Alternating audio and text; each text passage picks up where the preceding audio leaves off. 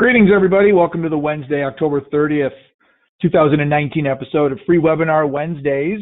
Happy early Halloween to those of you that are going to be celebrating it. I also would like to give a shout out, even though she will never hear it or understand it, but being we don't have human children, we have doggy children. Our youngest golden retriever named Winnie celebrates her second birthday today. She is up north with Grandma and Grandpa at the lake, but I have received pictures of her enjoying her birthday cupcake. So I just want to give a little shout out to my little doggy daughter, Winnie, and hope she has a wonderful second birthday. And we're looking forward to having them back this weekend when they get back from Grandma and Grandpa's house. Today's webinar and all webinars are recorded and made available at freewebinarwednesdays.com. You can learn more about what we do here at WSI Digital at poweredbywsi.com. A lot of stuff running through my head right now. So we just had our global convention last week. Unfortunately, I was not able to attend that event. I had some prior commitments back here, but we had a couple of folks from our office head to our convention down in Cancun. I felt really bad that they had to spend 5 days in Cancun on the beach and all sorts of stuff that went on. They typically do at conventions. But from what I understand, there was a ton of really good stuff shared, some really good sessions. So what I suspect will happen on a Free Webinar Wednesdays down the road is maybe get Ellie, who from our office was down there, and have her share some of the things, maybe bring in some of my other consultant friends in the WSI ecosystem to share some of their observations, because we had some really cool network partners down there and really talked about just where digital continues to head from a consumer and a business perspective. So all super, super good stuff. But what I want to talk about, and one other thing. So our book, Digital Minds, which is now in its third edition, because we actually released the newest and latest edition of Digital Minds at our convention down in Mexico this past week. Unfortunately, I was not able to be at the book signing, but there were a number of my colleagues who were also selected as authors for Digital Minds. They're at the event in a book signing where other consultants basically could get scribbles. So chapter 7 is the elusive chapter that nobody got a signature on, because that's my chapter on conversational marketing, chatbots, and artificial intelligence. So if anybody wants to get my signature on their edition of our new Digital Minds book, they're going to have to catch me at a conference or come up to Michigan for a visit.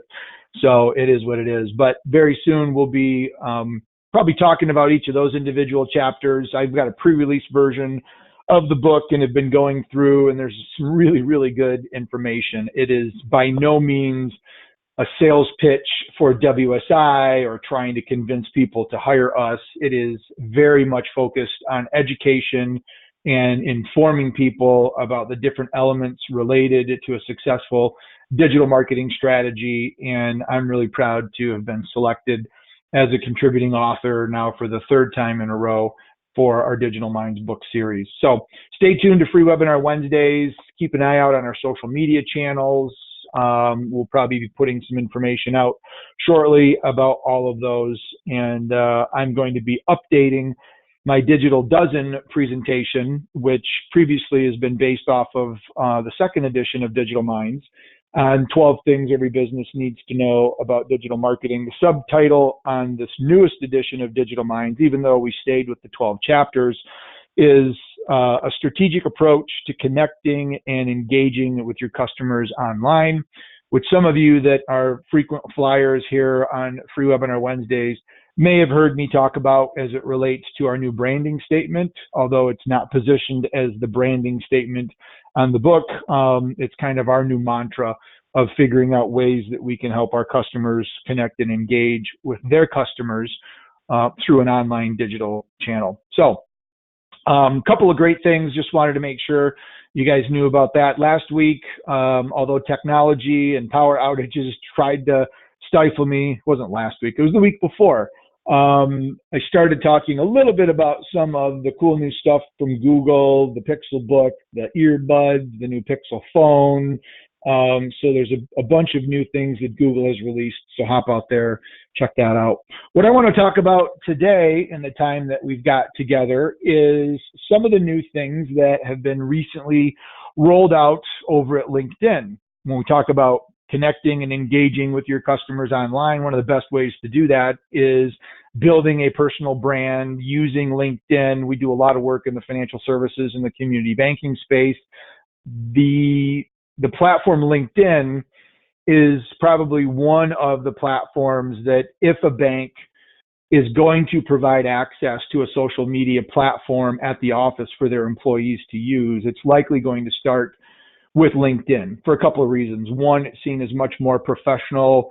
Two, it doesn't have probably as many distractions, although I will tell you there's a lot of really great content that people have been sharing on LinkedIn, and I have to almost schedule my visits to LinkedIn because I can quickly get sucked into articles and conversations and other sorts of things. But by no means are you getting drug into some of the stuff that you would find on other platforms like Facebook, where you've got personal stuff, political posts, funny videos, a little bit more humor and maybe more informal type conversations.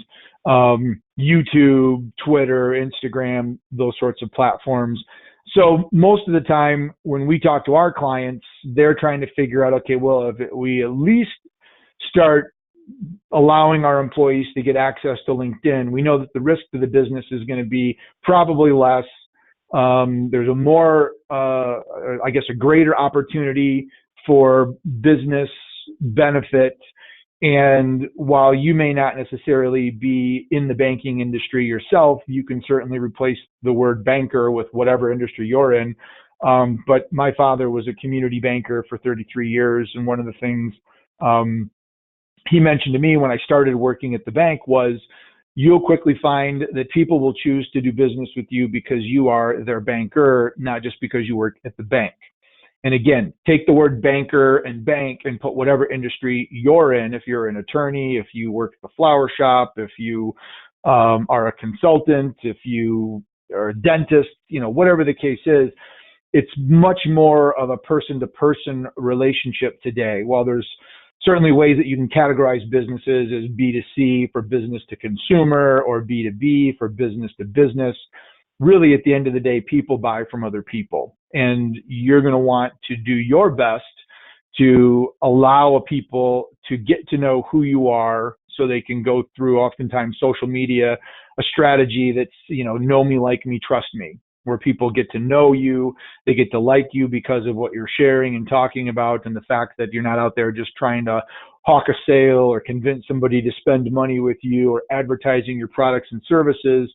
So the more you can position yourself as an educator and as a resource and just somebody that is there to help make everybody else better, then they're going to know and like and eventually trust you. And then you have to have some faith through that process that at some point down the line, if there is an interest and they do happen to need somebody to draft a will or to, in our instance, do a website or help train them or do some digital advertising, the hope is that through the content that you're sharing, you'll have established some credibility and some familiarity, and it'll be a whole lot easier for them to reach out to you and feel that you're really there to help them, not necessarily just doing it to try to sell them stuff.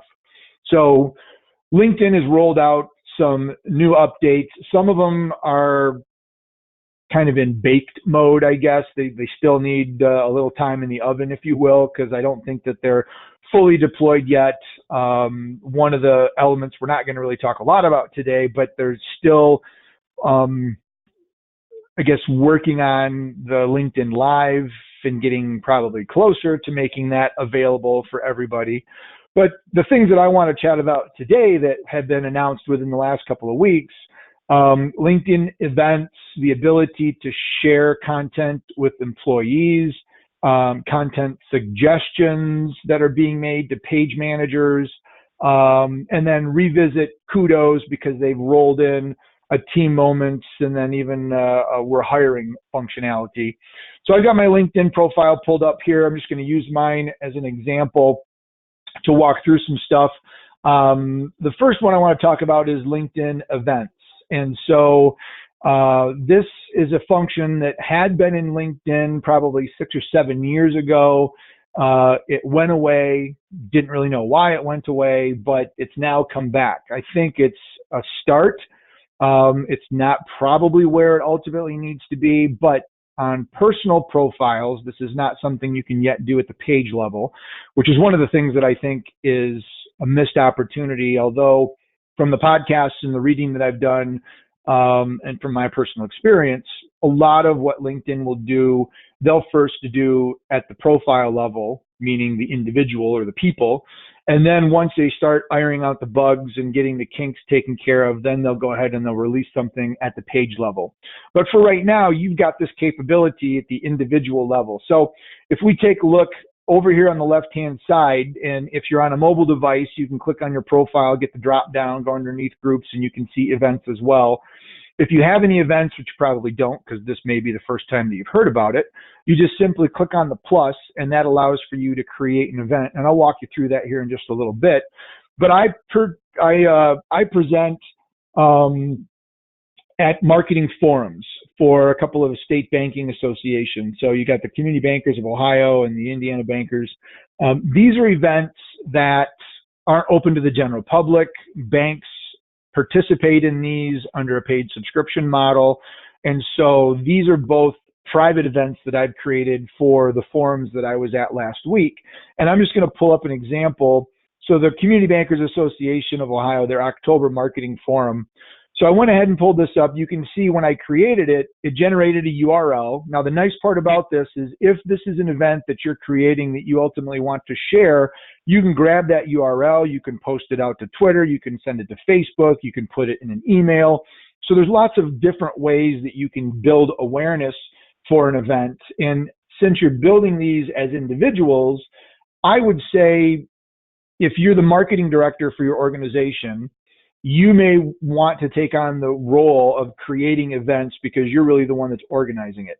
In the world of banking, for example, if you are a commercial lender and you're going to be doing an open house, or you're going to be attending a networking event, or you're the host for an educational seminar, something along those lines, then I would suggest whoever is the highest level of authority within the organization is the one that actually creates the event. So the manager, the director, the vice president, whoever is the person at the top of the food chain, if you will, creates the event until we have the ability to create these at the page level. Because ideally, the CBAO would create the event, and then it would share it with me as the facilitator, and then I would also share it with all the other individuals that are part of the event. But that's not quite possible at this point. When you're creating an event, you've got some branding, and I'll show you a little bit more of how you can actually upload images once you get going. But you can see you've got the ability to put a little thumbnail, and you can do a profile cover photo.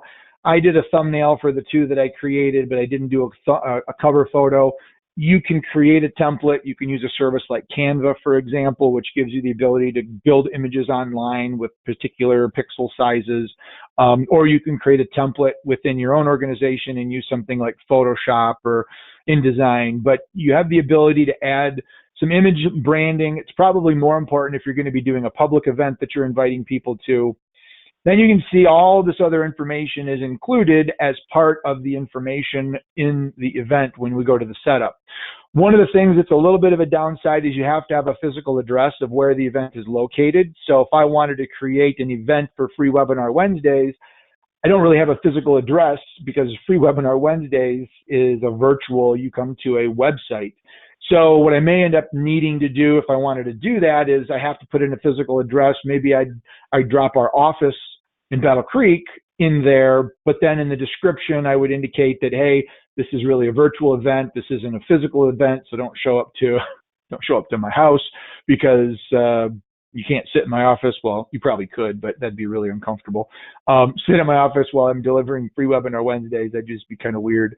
You can see you do have the ability to indicate where it's at, a little bit of detail. So I just simply put the conference room, and then you can provide a hyperlink. So if you've got an online registration site, you're using something like Eventbrite, or you've got more details on a blog post, you can drop an actual URL in there. Or if you want to link, maybe you're doing an event and you want to invite everybody and you're doing something with the Chamber of Commerce, you can go ahead and drop the Chamber's URL in there.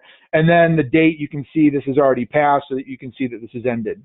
The cool part about an event is you have the ability to post to it, and you can add images. And of course, this was just kind of for test mode.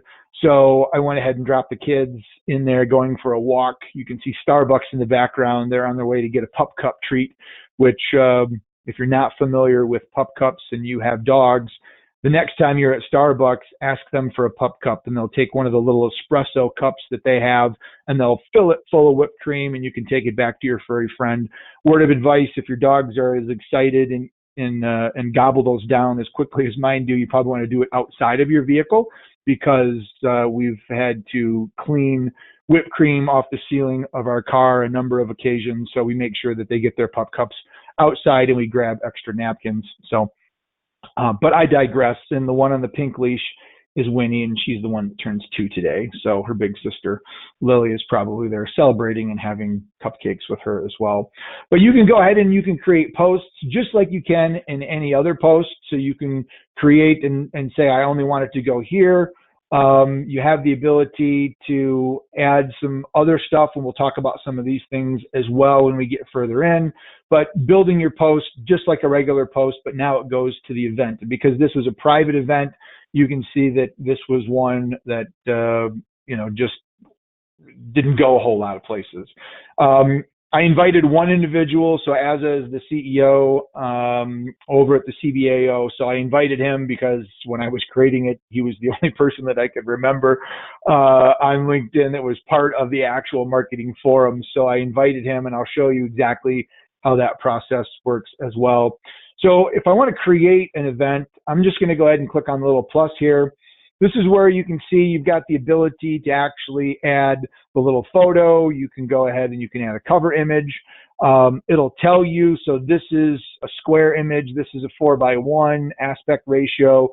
So any of the editing platforms that you use are going to give you the ability to pick the aspect ratio. The bigger the size, the better, and then LinkedIn will shrink it down. But it's important that you obtain a picture or an image at that aspect ratio so your important elements don't get cropped off.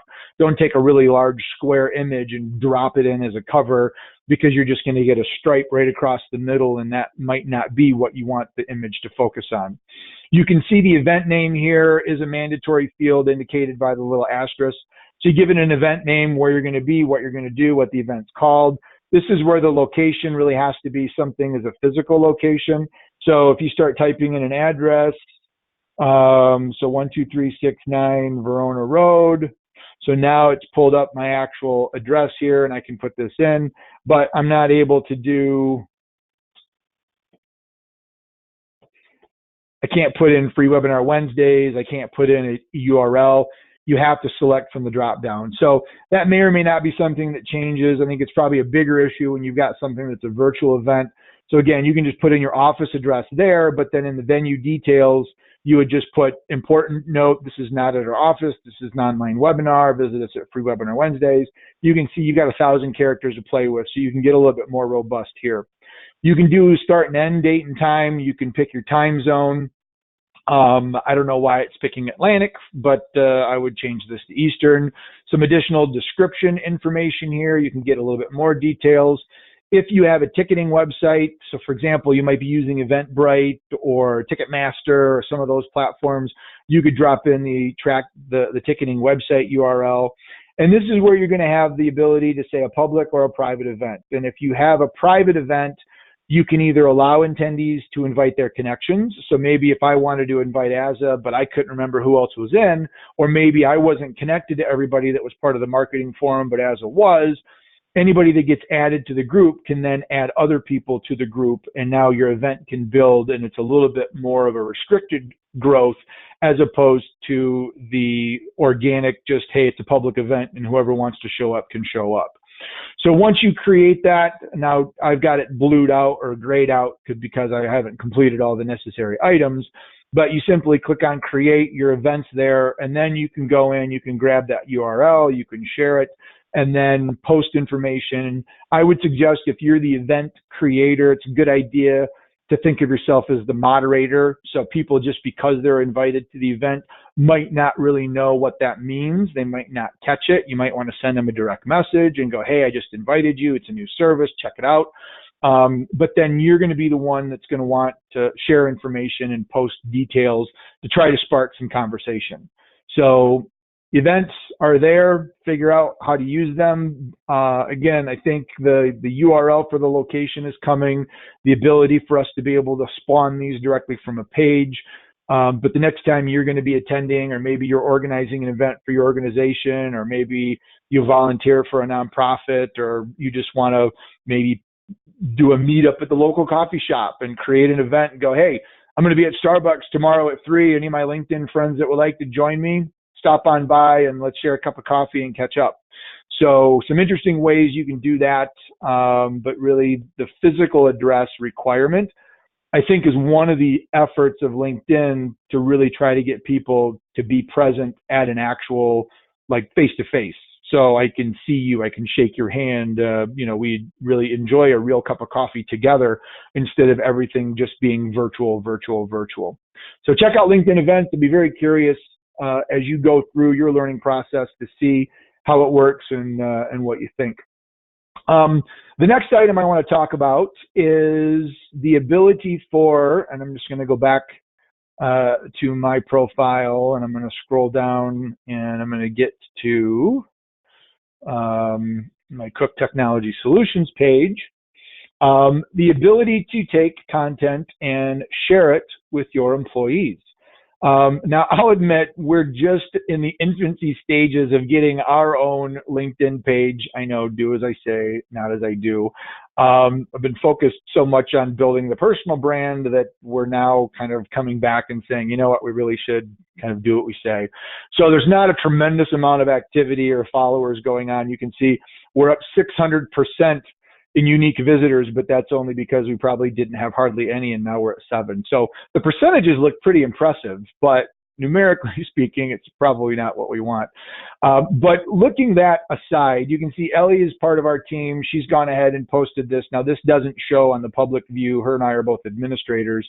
But if you go in here on your little 3 dots, you now have a new option, and this is being rolled out gradually. We have some pages that we administer or we have access to that don't have this capability yet. We checked last week, and it's still not there on all of them. But this gives you the ability to go through, and you can say notify employees of a post. And then right now, I'm the only official employee that is assigned to, so it's going to notify me. If you've got 30 employees or 50 employees or 100 employees, you're going to go through and you'll see that. Now, employees have the ability to unsubscribe. It's not blatantly obvious that this is going out. You can only do it once every 7 days. So some of this, while I think the good intention is there, the immediacy of social media is such that you may do it this way and let that happen. But if there's something that's really important that you want to get out, most organizations are already creating an email and they're blasting it to their staff, and they're sending it a link like the event link that I told you about earlier on the events, is they're sending people an email of the actual post and saying, hey, go check out our post, go share our post, we've just updated. But I can go in and I can click on yes, and now that's going to send me an update. Employees will be notified, and then I'm not exactly sure how long it takes, but I will see that then as part of a notification, and it'll show up, and then it'll give me the ability to then go to the post, engage with it, share it, comment on it, be any of those sorts of things. So sharing with employees is something new.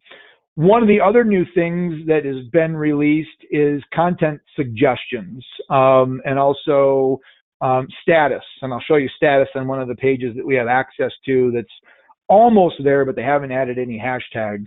Content suggestions is new because based off of some of the information that it knows about your business, the hashtags you've used, the industry that you've selected, you can go through and you can put in some information, and it'll come back and it'll recommend content for you. LinkedIn actually has a team of journalists that curate content and look for information. And so if you're wondering what type of content you should be sharing, if you have access to your page, you can go into these content suggestion areas and you can take a look at stuff. This gives you the ability to just dive in, and if this is something that I decided,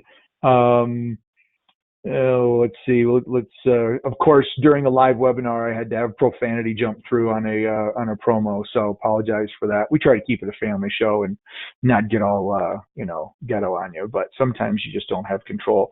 So if we wanted to share this on Bezos, we could go ahead and we could click the share button.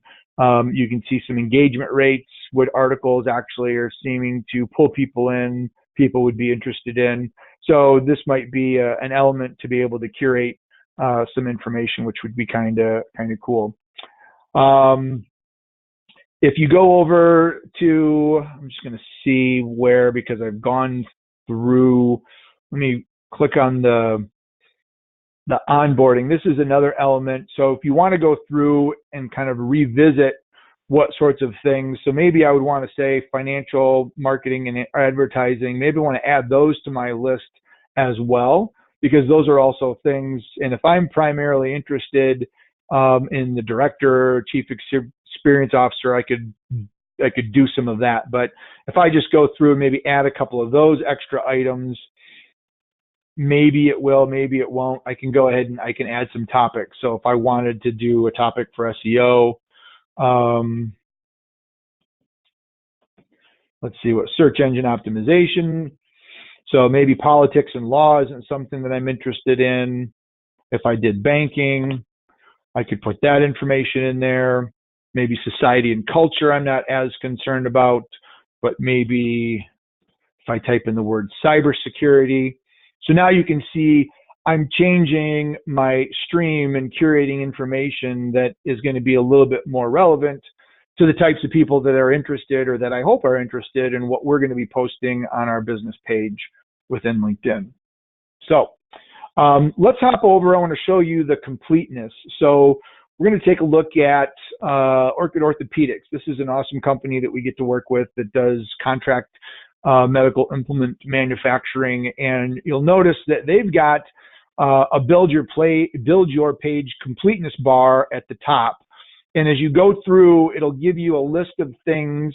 And if you click on the little drop down here, it'll show you what's left, or you can hover over the little check mark and it'll give you your little checklist of stuff. And so this is LinkedIn's attempt to make sure that it has a good understanding of what your business is all about, because the more LinkedIn knows about your business, the better it can position you in front of the eyes of people that might be interested. So you can see with Orchid, they've gone through and done the industry and company size, all this information. The last thing that is yet to be done is just dropping in a few hashtags that would best describe what Orchid does. That's going to help people that are out there looking for medical manufacturing, surgical implements, medical design, those sorts of things, the keywords basically that Orchid would want to be found for. Once that is in place, this status bar goes away and it no longer shows, because you've gone through the process of making your business profile complete. This is very similar to the recommendations that you have on your individual profile, where you want to get all the way to expert status, where you've done all of the things. You've got a description, you've got education, you've put in jobs, you've got your summary, you've added a photo, all those different sorts of elements that will allow LinkedIn to see that your profile is complete. It's doing it now at the company page. So if you've gotten to your page and you see that you've got this build your page process, and if this isn't revealed, click on the little drop down, and then that'll show you what you have to do. As you knock those things out, your progress bar continues to get all the way to the point where you're going to be at 100%. This is only visible to administrators. This isn't out there for the general public to see. So those of you that are watching the webinar now, if you go out to Orchid's website, or I'm sorry, their LinkedIn page, you're not going to see that, but you will notice if you go to the hashtags, there's not going to be any hashtags listed for their business until we go ahead and we get that fixed. All right, so let's finish up with talking about Kudos, employee moments, and hiring. So I've talked about kudos in the past, and some people are, pros, some people are cons, some people are like, yeah, big deal. But if we go in and we start a post, um, what I always do is I change it from anyone and I do anyone plus Twitter. And so I'm going to do anyone and I'm going to pick anyone plus Twitter because I've got my Eric Cook Twitter account connected. So this way it's visible. So even if you're not logged into LinkedIn, you're still going to be able to see what I'm talking about, and it's going to go out to Twitter. You can start typing your info just like normal. You can add a hashtag. As a reminder, you can mention individuals with the @ symbol and start typing in their name if you're connected with them directly, and they don't have that capability disabled. But down here at the bottom, you've got a couple of things, and this used to be give kudos, and now it's celebrate a teammate. And there's a couple of options that you can now explore when you click on this celebrate a teammate. Share that you're hiring. If you're the HR manager, you might want to play around with this. I've clicked on this a couple of times, and it's just given me a blank screen. So I don't know if that's because it's still relatively new and it hasn't been blown out yet, or if it's because I don't have hiring enabled at the company level. But hiring isn't something that we've really seen work quite yet, and it might still need to have a little bit of time in the oven before it's ready to go.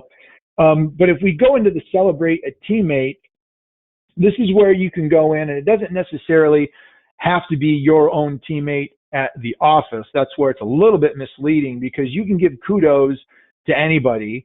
The welcome a new teammate allows for you to recognize a new colleague that's joining your team. Again, this is probably something that if you're the manager of a department, you've got hiring capabilities, this would be something that you would maybe want to take a look at. But for the general public, I don't know as if you would really want everybody in the organization jumping out and welcoming a new colleague, because I just don't think that that's really what LinkedIn's intention is with this feature. But the kudos functionality is one that, while you can certainly do a kudos without using the kudos button or the kudos feature, I've told the story on Free Webinar Wednesdays before, but I'll repeat it just in case you've not heard it. When I went through some training on LinkedIn, one of my colleagues, Francois out of South Africa, is our LinkedIn guru. He's kind of like our training sage. And so what I did after I got back from some LinkedIn training, and Kudos was just recently released, I went in and I actually gave Francois some kudos. And so if I just start typing in Francois's name here, I'm going to go through and it's going to start doing some search, and voila, there's Francois, my buddy out of South Africa, LinkedIn trainer. He's got a great little, headline there that he's using.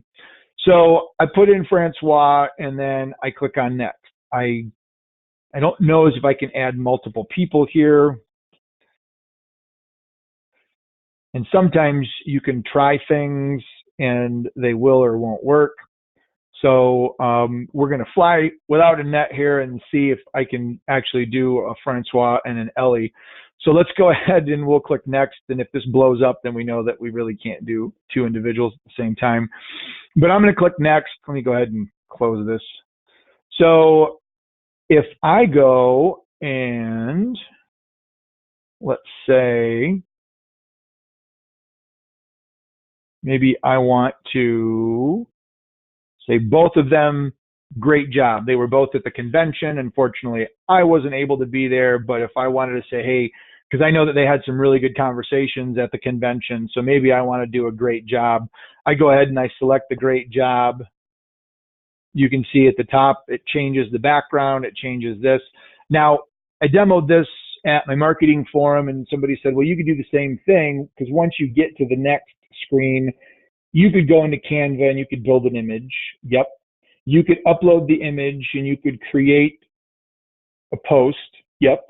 So you could do all that yourself if you wanted to. Now, I would suggest you're going to change or modify the verbiage here a little bit. So this says Francois, Ellie, kudos, keep up the great work, great job. Maybe I want to add a little bit more around that. So the reason that I think a kudos is important, and what happened with Francois, is I shared a kudos and said, thanks for being a mentor or great presentation, something along those lines. I changed this because he taught me some things I didn't know about LinkedIn. I started putting them to use, and they started working really well, and I was getting some good visibility from my LinkedIn audience. So I gave him a kudos. Now what happens is that showed up on his profile in his feed, and anybody that was connected to Francois had opportunity to have it show up as well to them. And there were two individuals from different companies that Francois had spoken to a couple of years ago, kind of getting them interested in LinkedIn training. It was still at the early stages of Francois really diving in and devoting a lot of time.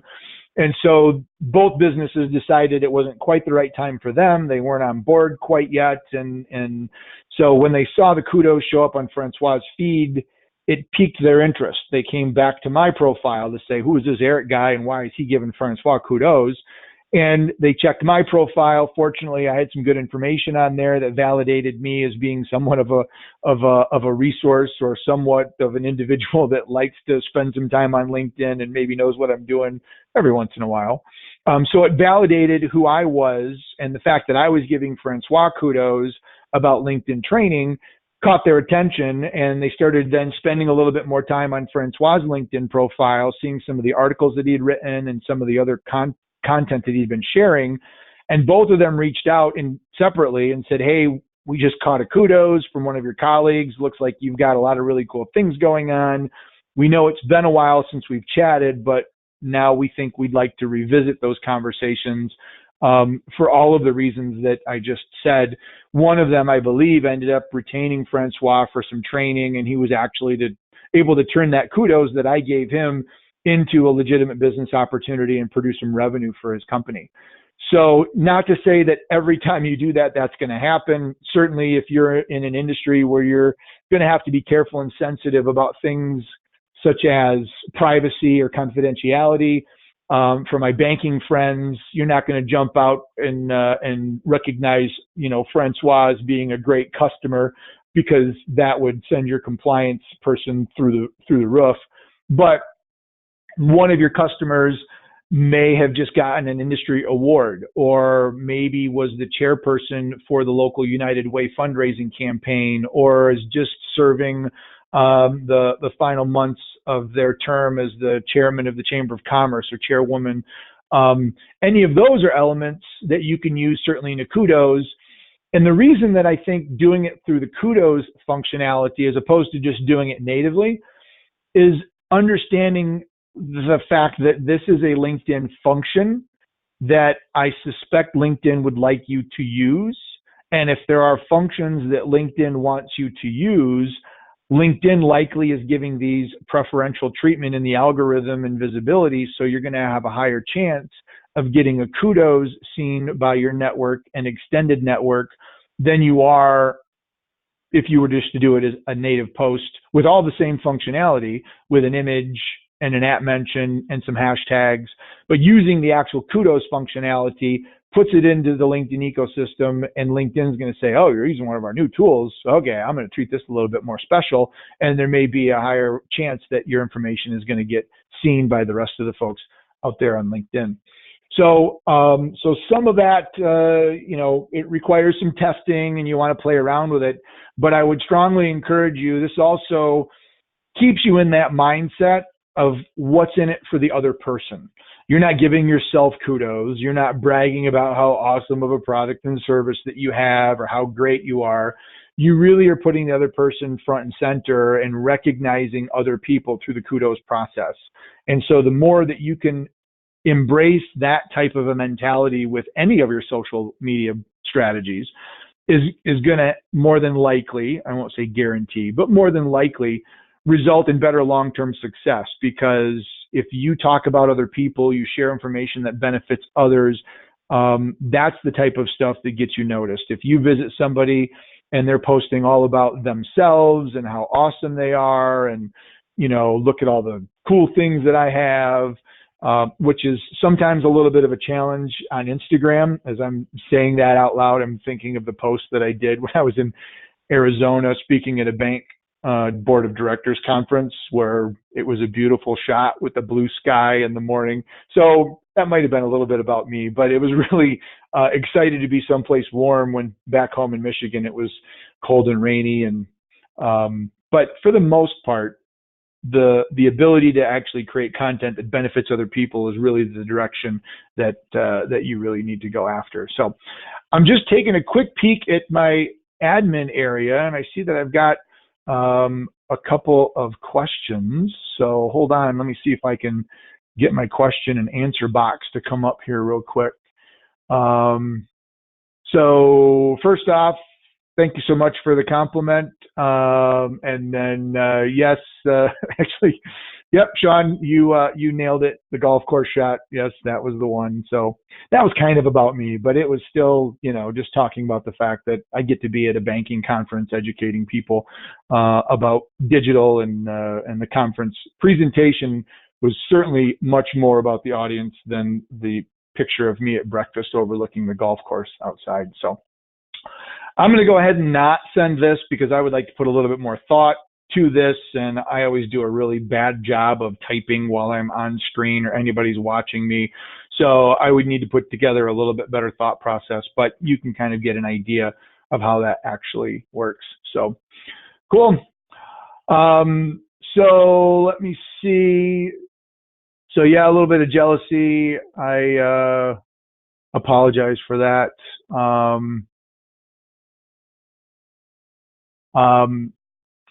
So there's a question about why I don't do a webinar every day.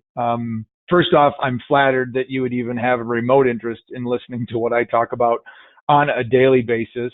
I think even my wife needs a break, and when I'm home and I'm not on the road traveling, after about a week or two, I'll oftentimes hear the, when are you going to be leaving and going on another conference or a speaking gig? So certainly appreciate that compliment. That's a very nice thing to say. While webinars on a daily basis likely are not ever going to be anything just because of the challenge of doing a live webinar, there's certainly some things in the works behind the scenes about putting out content on a little bit more frequent, but maybe smaller bite size.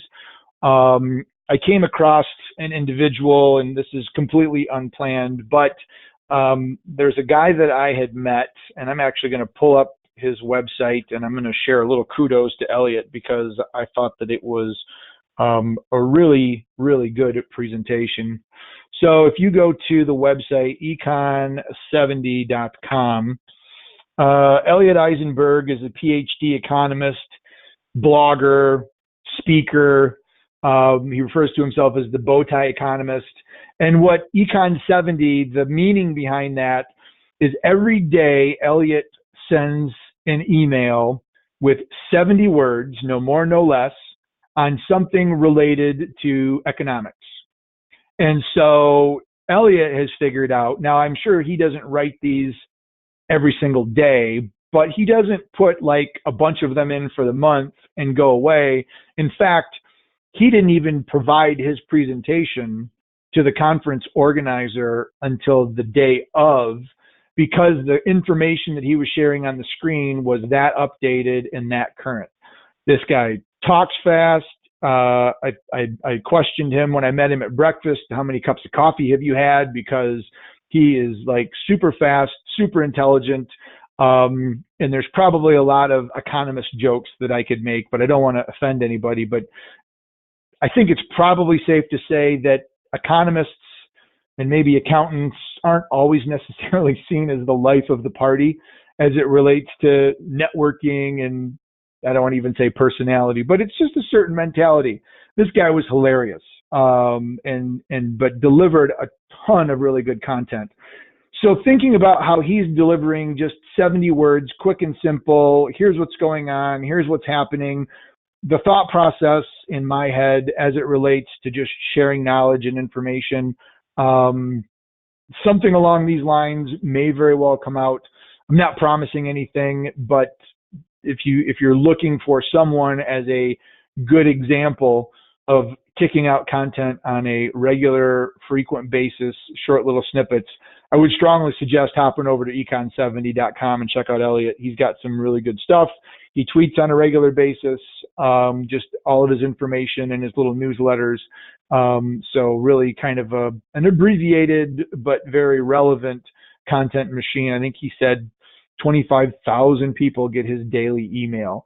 and he speaks roughly 90 times a year all around the country, just sharing his knowledge and giving perspective on the economy and where things are headed, and its political impacts on and trade, and just a tremendous amount of good stuff. So with that, let me see here.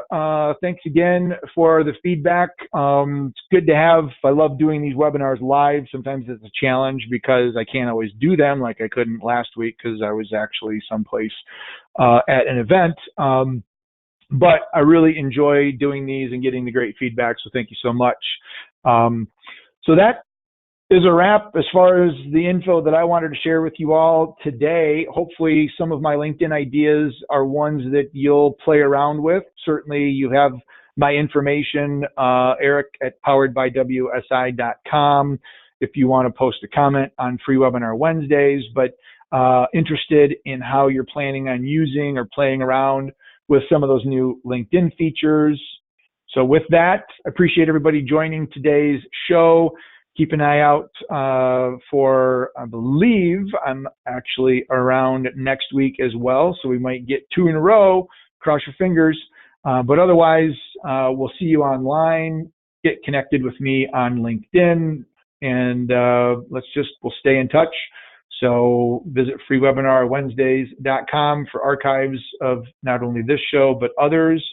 And until then, have a great week, and we'll talk to you later. Bye, everybody.